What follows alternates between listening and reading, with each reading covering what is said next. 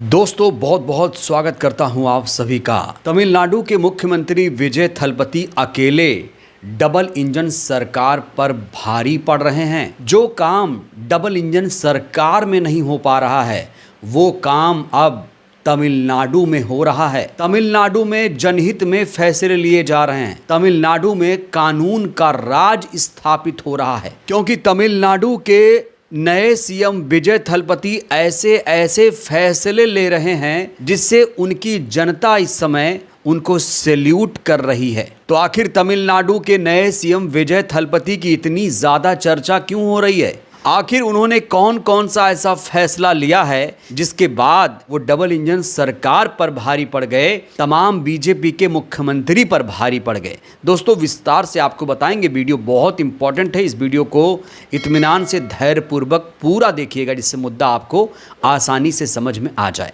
अभी double engine सरकारों में क्या हो रहा है, चाहे मध्य प्रदेश हो, राजस्थान हो, असम हो, जहां जहां डबल इंजन की सरकार है, मतलब कि केंद्र में बीजेपी की सरकार है, जिस राज्य में बीजेपी की सरकार है उसे डबल इंजन की सरकार कहते हैं। अब उदाहरण आप उत्तर प्रदेश का लीजिए या मध्य प्रदेश का या असम का लीजिए। यहां पर इस समय क्या हो रहा है? बुलडोजर राज। क्योंकि उत्तर प्रदेश में कहते हैं कि बाबा का बुलडोजर चल रहा है और इसको ग्लोरीफाई किया जा रहा है। लेकिन इस बीच विजय थलपति ने एक ऐसा निर्णय लिया है जिसके बाद देश की जनता उन्हें सैल्यूट कर रही है। वहां की जनता खुशी से झूम रही है। विजय थलपति ने बड़ा निर्णय लेते हुए कह दिया है कि हमारे राज्य में बुलडोजर से न्याय नहीं होगा, संविधान से न्याय होगा।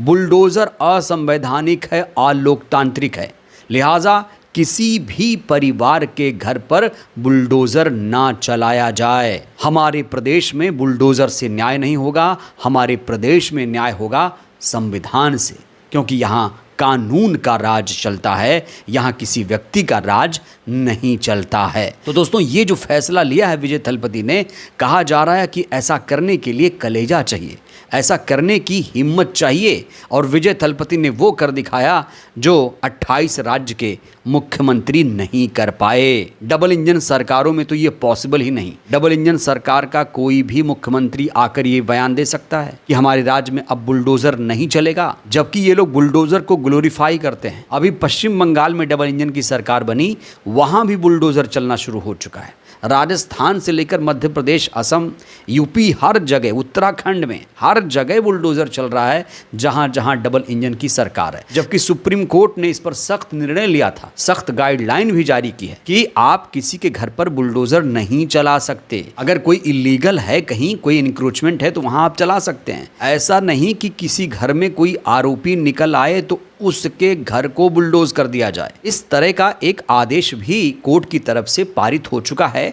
लेकिन कोर्ट के फैसले सही तरीके से लगता है लागू नहीं हो पाए डबल इंजन सरकारों में, इसीलिए धड़ल्ले से बुलडोजर चलाए जा रहे हैं। देखिए दोस्तों, बुलडोजर चलाना हमेशा गलत नहीं होता है। कहीं कहीं ऐसी परिस्थिति बनती है जहां पर बुलडोजर चलाना पड़ता है। लेकिन आजकल एक ट्रेंड क्या है कि जब कोई अपराध करता है, मान लीजिए किसी घर में कोई अपराधी निकल गया, उससे कुछ जुर्म हो गया, तो उसके पूरे घर को गिरा दिया जाता है। यहाँ पर गलत है। कानून से न्याय होना चाहिए, बुलडोजर से न्याय नहीं होना चाहिए। जिस राज्य में ऐसा होगा तभी माना जाएगा कि उस राज्य में कानून का राज स्थापित है। दोस्तों इतना ही नहीं, एक और बड़ा निर्णय लेकर पूरे देश को हैरान किया है विजय थलपति ने।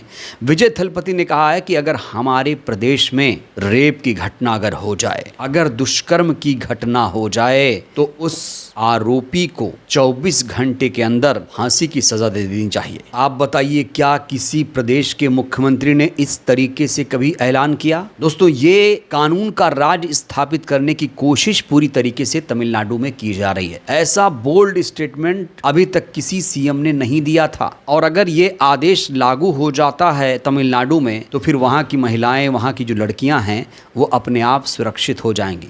गुंडे माफिया प्रदेश छोड़कर फरार हो जाएंगे। ये जो स्टेटमेंट है बहुत बोल्ड स्टेटमेंट माना जा रहा है।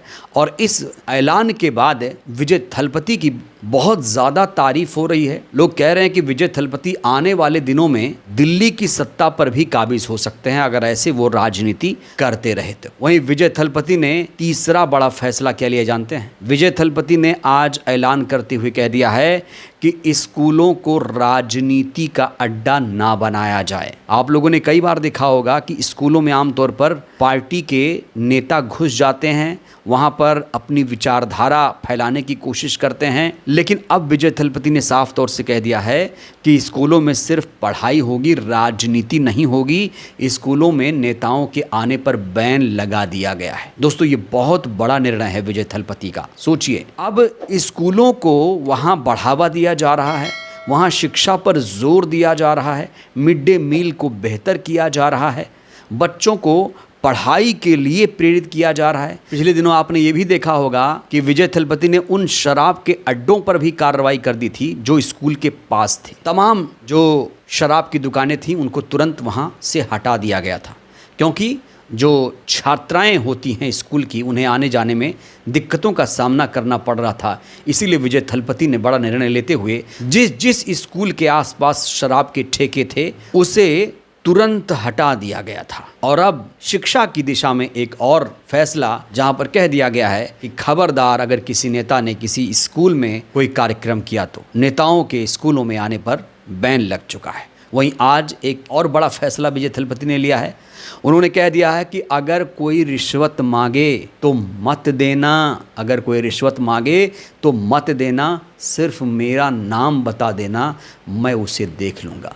यानी करप्शन फ्री हो चुका है। करप्शन फ्री बनाने की कोशिश तमिलनाडु को इस समय की जा रही है। तो न सिर्फ शिक्षा को बढ़ावा दिया जा रहा है बल्कि करप्शन को भी यहाँ खत्म करने की एक कोशिश शुरू हो गई है। सोचिए, क्या किसी मुख्यमंत्री ने कभी इस तरह का ऐलान किया कि अगर कोई रिश्वत मांगे तो मत देना, मेरा नाम बता देना? दोस्तों, रिश्वत से ही भ्रष्टाचार बढ़ता है। जितना ज़्यादा रिश्वत का चलन होता है वहाँ उतना ज़्यादा करप्शन भ्रष्टाचार बढ़ता है। और ये करप्शन भ्रष्टाचार पर बड़ा प्रहार कर दिया है विजय थलपति ने। तो अपने राज्य की जनता को सुखी रखने के लिए, अपने राज्य की जनता के हित में लगातार इस समय विजय थलपति एक से एक निर्णय लेकर डबल इंजन सरकार को आईना भी दिखा रहे हैं और चैलेंज भी कर रहे हैं कि आओ मुकाबला करो, सरकार कैसे चलाई जाती है, आओ हम दिखाते हैं।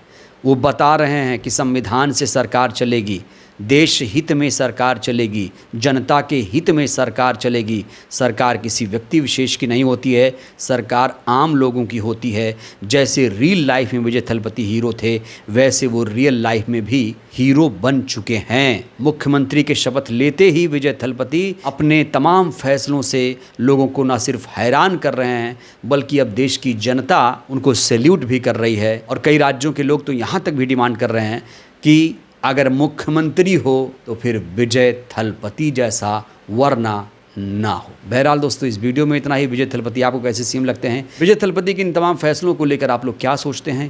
ये कैसा फैसला लगा? राय दीजिएगा। बहुत बहुत धन्यवाद।